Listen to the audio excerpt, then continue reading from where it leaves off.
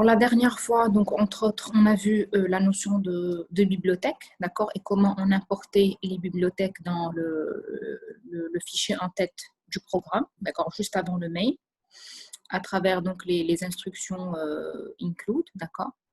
Donc, on a vu le schéma suivant qui détermine les extensions de différents fichiers.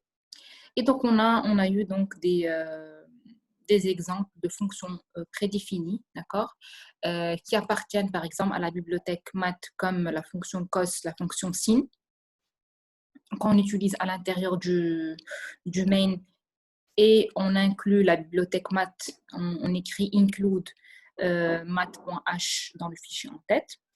La même chose pour les deux fonctions prédéfinies qu'on utilise beaucoup, printf et scanf, qui permettent respectivement d'écrire et de lire. Donc, dans la place des include, on met include stdio.h. D'accord? Voilà, on a commencé la syntaxe du langage C. Donc, on a dit que chaque instruction en langage C se termine par un point-virgule.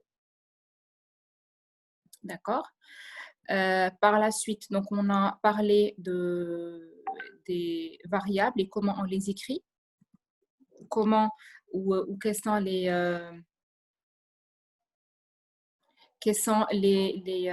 lettres et les symboles d'une manière générale pour écrire les identificateurs de fonctions et de variables, d'accord?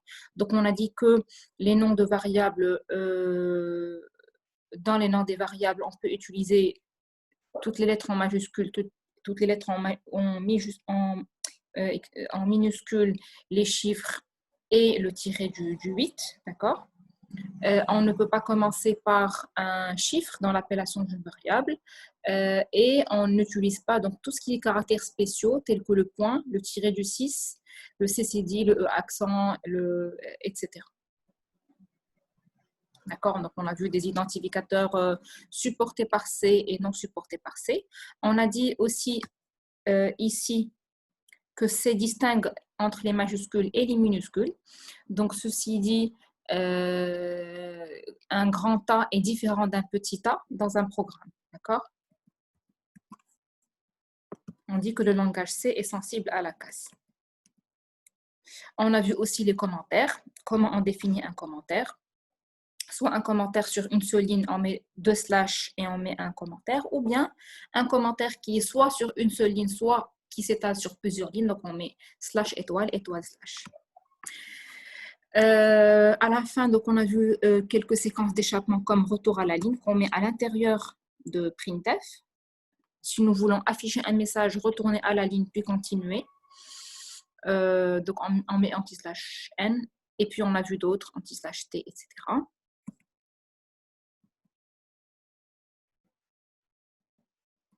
Et voilà.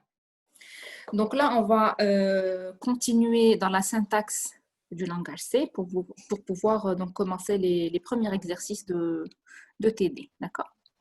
Alors, pour ce qui est des types de variables, donc on a dit que chaque variable est caractérisée par son nom, sa valeur et, entre autres, et son type. Donc, et j'avais donné comme exemple int, d'accord? Ce qui est dans la troisième ligne. Alors, int en langage C, donc ce n'est pas les entiers appartenant à l'ensemble n, mais plutôt ce sont les entiers relatifs appartenant à l'ensemble z. Ça veut dire que quand on déclare int a, ça veut dire que le a peut avoir comme valeur une valeur soit négative, soit positive. Une valeur soit négative, soit positive. Par exemple, int a, point virgule, donc réservation de case mémoire comme on a dit, et on peut mettre a reçoit moins 7, ou bien a reçoit 3. Donc int en langage C, c'est une valeur appartenant à Z. D'accord? Donc ici, dans la troisième ligne, donc on a le domaine, c'est-à-dire que le nombre qu'on peut mettre à l'intérieur d'une variable déclarée comme étant int, elle est comprise entre moins 32 768 et plus 32 768. D'accord? Alors, ceci dit, ça veut dire que, et là, j'ai parlé de la taille de la case dans la mémoire. Autrement dit, la grandeur de la taille dans la mémoire. Ceci signifie à quel point le nombre est grand qu'on peut mettre à l'intérieur de la mémoire, qu'on peut mettre à l'intérieur de la case. D'accord? Donc là, on peut mettre un nombre comme moins 30 000 ou bien plus 20 527. C'est supporté par la case déclarée comme étant int. Par contre, donc là, la taille de la case, elle est de 2 octets. C'est la colonne numéro 4. D'accord? 2 octets, c'est-à-dire 16 bits. Si vous voulez par contre travailler avec un entier qui est assez grand, qui est plus grand que 32 767 ou plus petit que moins 32 768, à ce moment-là, vous déclarez la variable comme étant long, L-O-N-G, d'accord? Donc, et vous voyez le nombre moins un grand nombre, d'accord? Donc, c'est moins 2 milliards, etc., plus 2 milliards, etc. Et ça s'étale sur 4 octets. Donc, soit 32 bits. D'accord?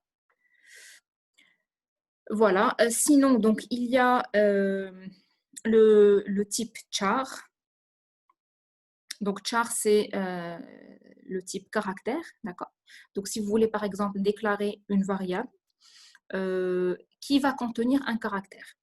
Donc, par exemple, on dit char A, d'accord? Et on va y mettre un caractère. Je vais rapidement partager.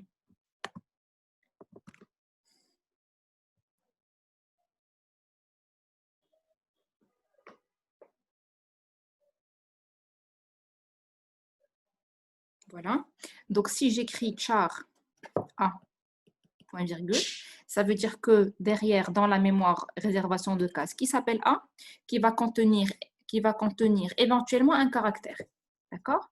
Alors, comment on va mettre un caractère? Par exemple, on peut mettre A, reçoit, et à ce moment-là, un caractère. Par exemple, O, point virgule. Et pour que le langage C, ou bien le compilateur de l'environnement, fasse la différence entre O comme étant un caractère et O comme étant une variable, d'accord? Parce que O, elle peut être comme ça, aussi comme étant une variable. Pour qu'il fasse la différence, on lui met des guillemets.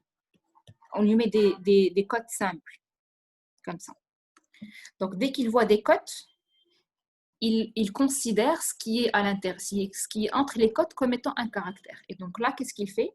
A reçoit le caractère O, il met un O ici comme étant un caractère. Si on avait mis A reçoit O, là, il va considérer le O d'ici comme étant une variable. Et donc, la valeur de O va aller vers la valeur de A. Et à ce moment-là, si par exemple, dans O, on avait le caractère B, par exemple, le B va venir ici. C'est-à-dire qu'il y aura une copie de B dans la variable A. D'accord?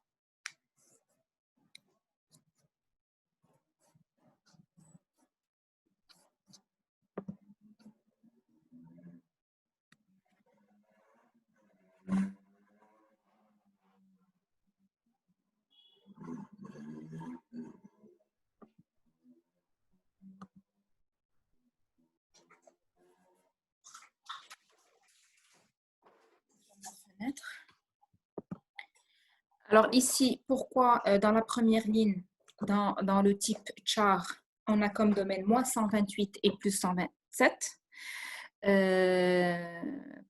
parce qu'en fait, il y a une relation entre les caractères et les ints. D'accord? Et là, on parle du code ASCII. Je pense que vous l'avez fait en première année. Donc, chaque nombre a son équivalent en code ASCII qui est par la suite transformé en code binaire. D'accord? Donc, le code ASCII, par exemple, je vais repartager. Donc, le code ASCII, par exemple, du caractère A.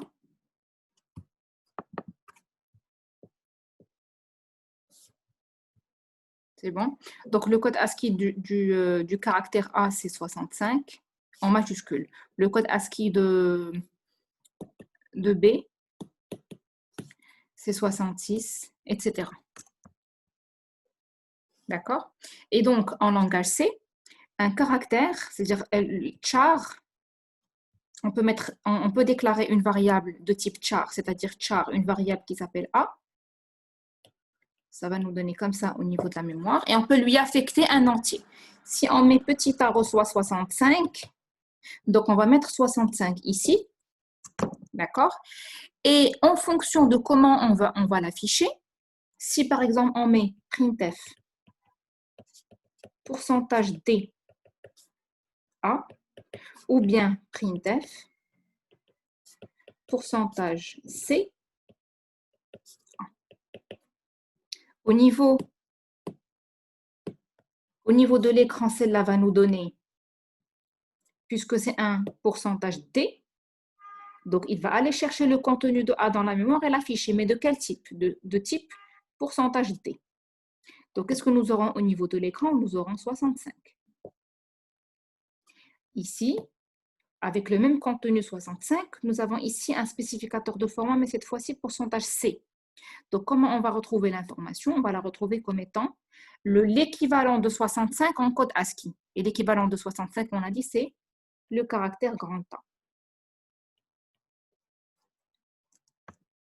D'accord?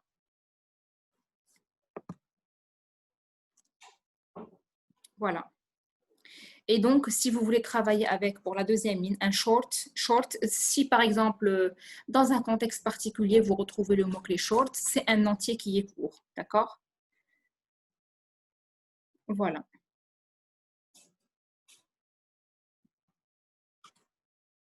Il y a bien évidemment plusieurs types de variables. D'accord?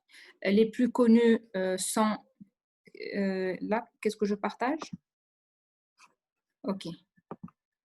Les plus connus sont réels. D'accord? Floats.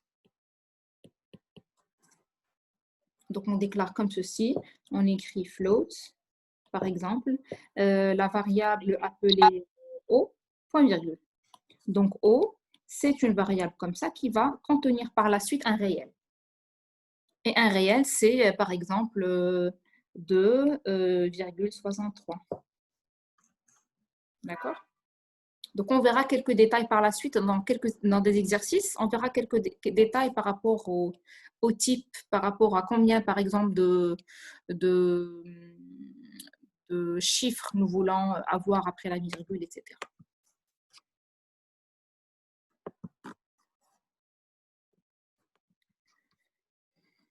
C'est bon, pas de questions?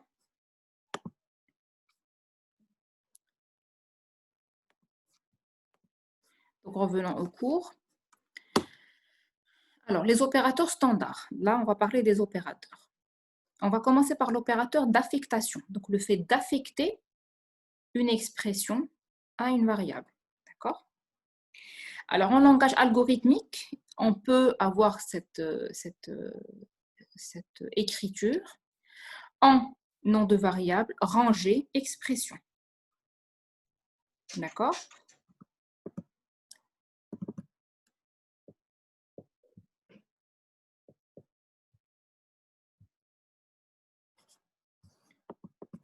Par exemple, en.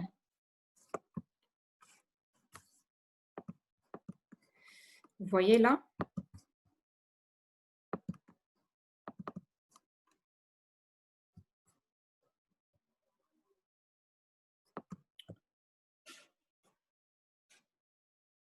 Vous voyez là où j'écris? Non, madame, on voit juste le slide. Non, madame.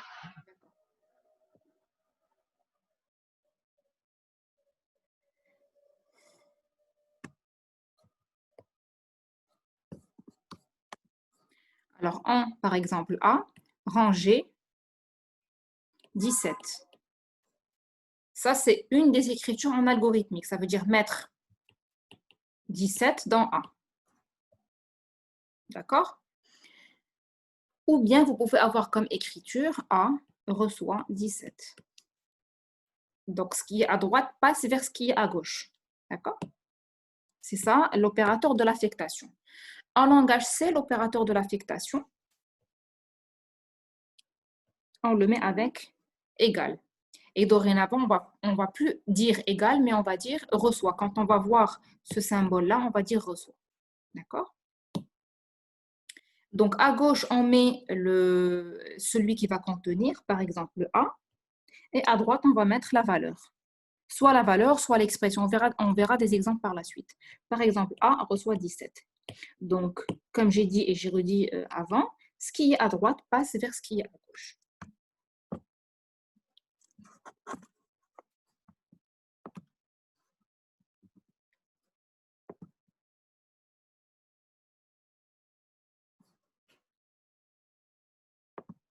Voilà.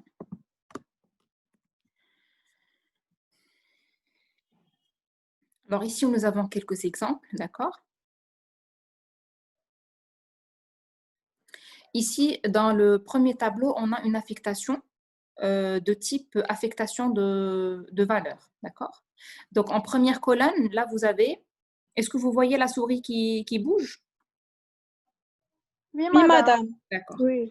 Alors, en long, rangée 141, ça veut dire que c'est l'équivalent de long reçoit avec la flèche 141. Donc, 141 passe vers long. En langage C, on écrit long, reçoit 141, point virgule.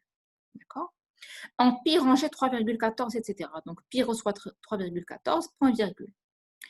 En nation rangée L, en algorithmique, nation reçoit L. Ça veut dire que la variable ici, elle s'appelle nation. Et la valeur, c'est quoi? C'est le caractère L. Pourquoi on reconnaît que c'est un caractère? Parce qu'il est entouré de simples cotes.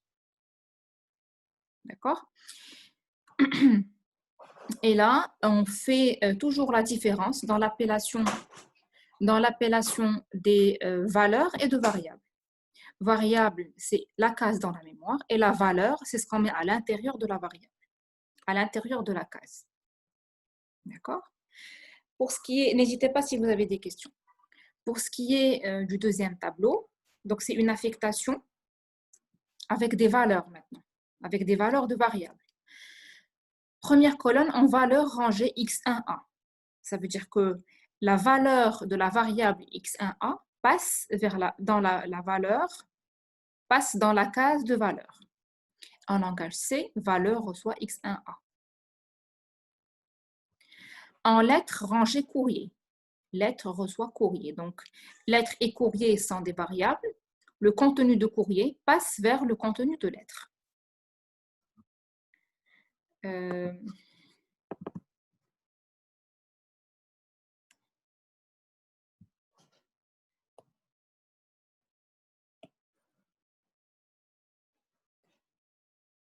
Donc, pour le deuxième tableau, quand je mets A,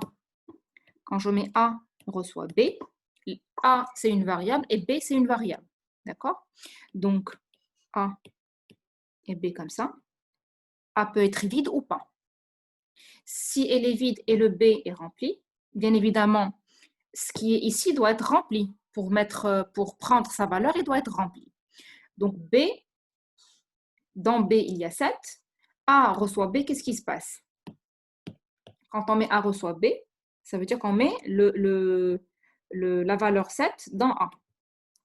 Mais sans écraser le 7 de B. C'est-à-dire que après avoir exécuté A reçoit B, si nous voulons afficher le A et le B, les deux vont avoir la valeur 7. C'est une copie. Ce n'est pas un coupé-collé, c'est un copier-coller. D'accord? Madame, Oui. madame, si on avait la case A, elle était pleine. Il y avait une Voilà, valeur. c'est ce que je vais faire là tout de suite. Si par exemple Oh, A avec un 5 et B toujours avec un 7, qu'est-ce qui se passe? On va écraser A reçoit B, on va écraser l'ancienne valeur et mettre le 7 ici.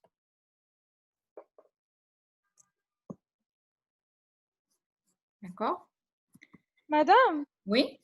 on ne fait pas appel à une case temporaire où on peut mettre la valeur des 5 dans une case temporaire et donner la valeur de B à A et après changer.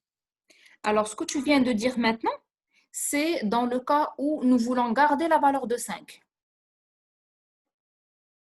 Vous voyez toujours le tableau A reçoit B? Oui, madame. D'accord. Oui. Alors, dans le cas où vous voulez garder la valeur de 5, par exemple dans l'exercice typique de permuter deux nombres, si on vous demande, là vous avez 5 et là vous avez 7. L'objectif de l'exercice, c'est mettre 7 ici et 5 ici. Permuter. Dans ce cas, il ne faut pas perdre la valeur, celle-là, il ne faut pas la perdre. Parce que si on met A reçoit B, on va perdre le 5. Donc, à ce moment-là, qu'est-ce qu'on fait? On utilise une variable tampon ou appelée temporaire, d'accord? Par exemple, un x, où on va mettre la valeur de 5, où on va mettre la valeur de A, par exemple, mettre B dans A et mettre la valeur de x dans la case restante. Tu as compris? Oui, madame, oui. Merci beaucoup. Mais là, je suis juste en train d'expliquer. L'opérateur reçoit ce qu'il fait. Qu'est-ce qu'il fait? Il prend ce qui est à droite et il le met vers ce qui est à gauche avec une copie. C'est tout. Mais si on ne veut pas écraser la valeur, c'est une autre histoire. C'est effectivement on met la solution de la variable tampon.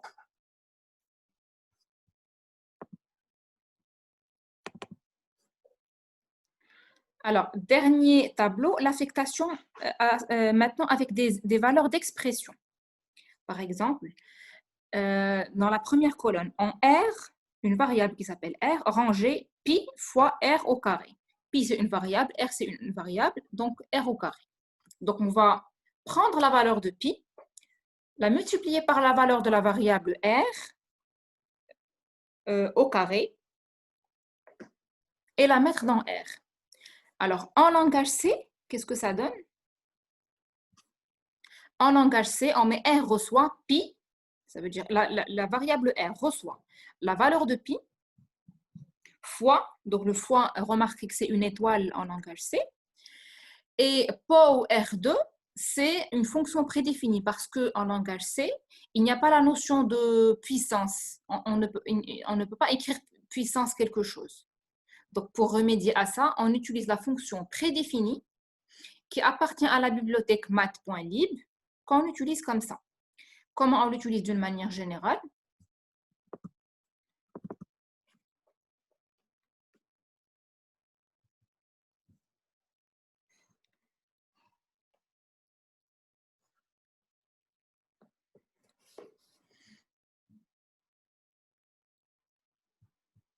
Comment on l'utilise d'une manière générale? Donc, on met POW A, n, point virgule. C'est pour écrire A à la puissance n. Donc, POW, c'est une fonction prédéfinie qui prend en premier paramètre ce qu'on met ici dans la base et la puissance, on la met en deuxième paramètre. D'accord? Donc, pour écrire A au carré, qu'est-ce qu'on met? POW, bien évidemment, A, 2, point virgule. Alors,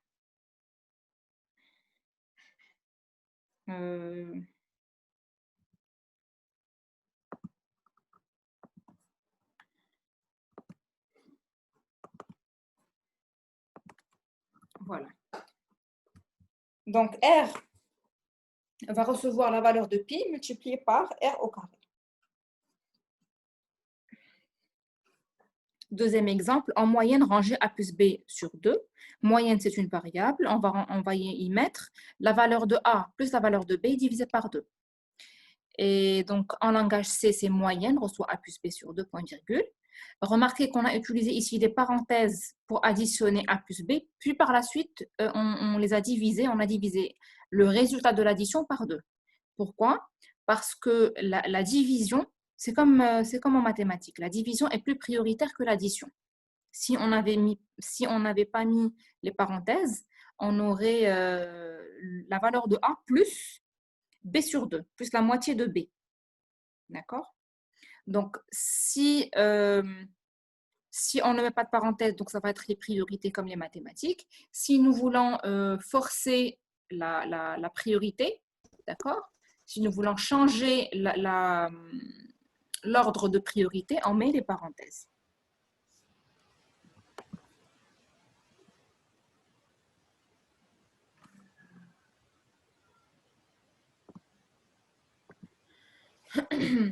Alors, le test d'égalité, en C, se formule avec 2 signes d'égalité double égal et l'affectation avec un seul. Donc, si nous voulons exprimer l'égalité, dorénavant, en langage C, on va utiliser le double égal.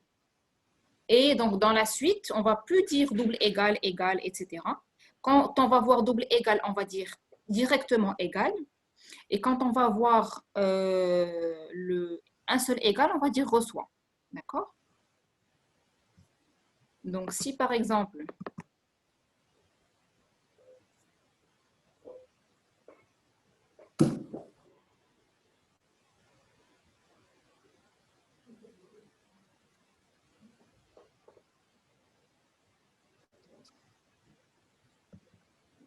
on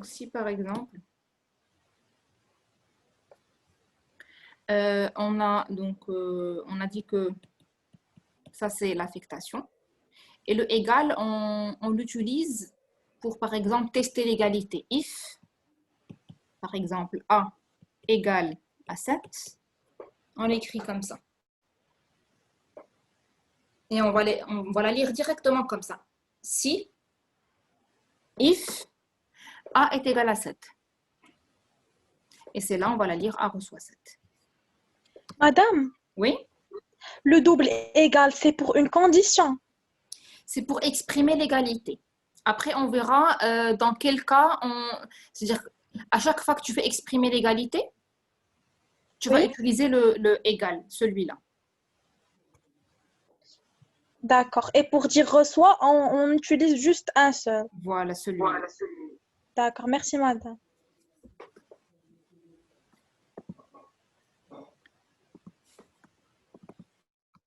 Voilà. Alors, on a vu donc les opérateurs d'affectation. Là, on va voir les opérateurs aussi connus comme les opérateurs arithmétiques et logiques. Les opérateurs arithmétiques, on les a un petit peu utilisés, juste pour se familiariser. Donc, il y a l'addition, c'est plus. Soustraction, c'est le signe moins comme celui d'une calculatrice. Multiplication, c'est fois. Division, c'est slash. Et modulo, c'est pourcentage. Donc, le modulo, c'est le reste de la division entière. Alors, regardez comment on peut écrire, comment on peut utiliser ces opérateurs.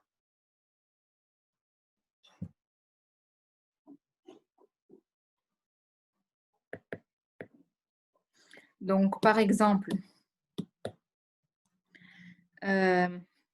S reçoit A plus B, c'est l'exemple qu'on a vu la fois passée. P reçoit X moins Y, moins.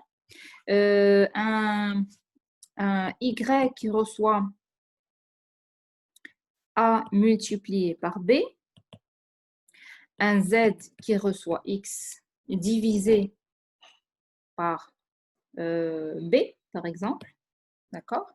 Et modulo, par exemple, un W qui reçoit A modulo B.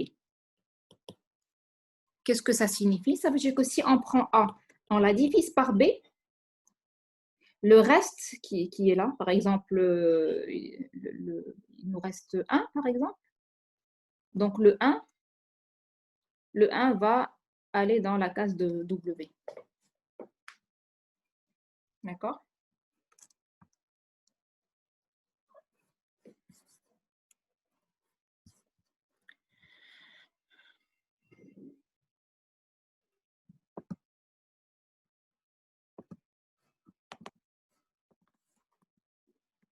Alors, il y a aussi les opérateurs logiques comme le et, le ou et la négation. D'accord?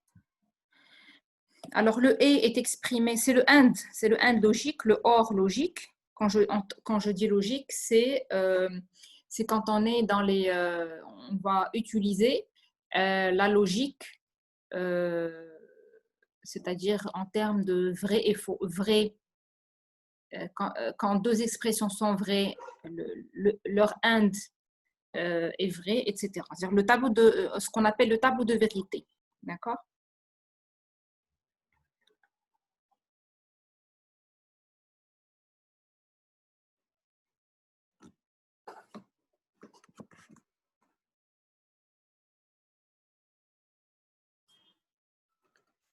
Alors.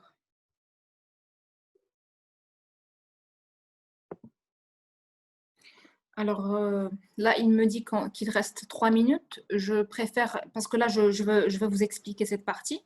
Je préfère vous envoyer un autre lien, comme ça on commence. On recommence. Je l'envoie tout de suite.